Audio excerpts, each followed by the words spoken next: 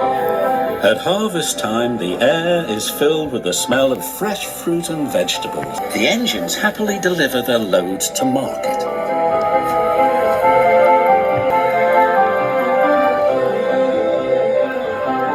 But one day, mist and rain swirled down Toby's line. Percy was delivering a load of fresh tomatoes.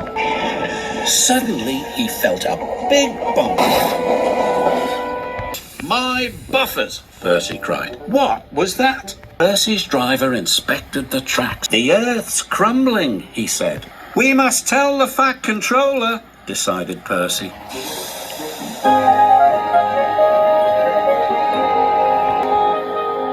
Percy puffed back as fast as he could.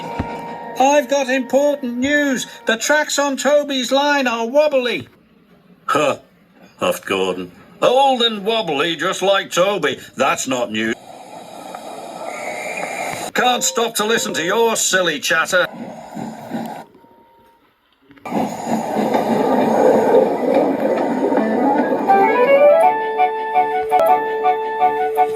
"Silly little engines," he grunted. Suddenly, mist and rain swirled around his fireboxes. He couldn't see the line ahead. "I can't see," he whistled loudly to his driver. "Stop!" "You can't stop, Gordon," his driver called back. "You're the express."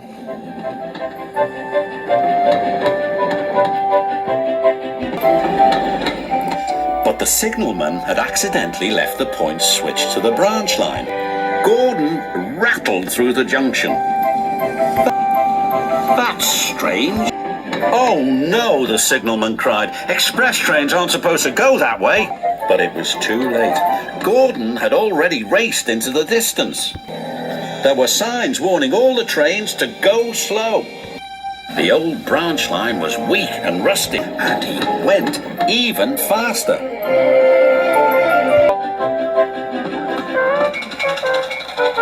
Trevor the traction engine was chugging slowly along with his load of apples for the children's apple bob.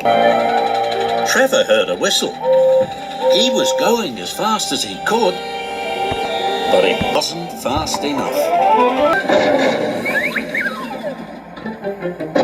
The apples were all smashed. That he didn't see the signal telling him to stop. And he didn't see the goods train ahead. His driver reduced the and braked hard.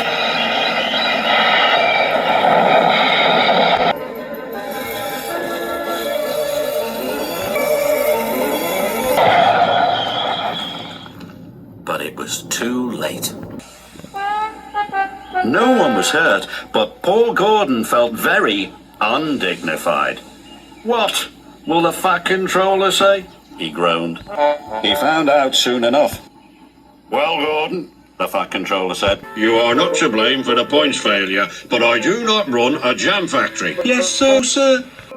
That night, the shed was silent. Poor Gordon and Percy felt very sorry for themselves. At last, Thomas spoke.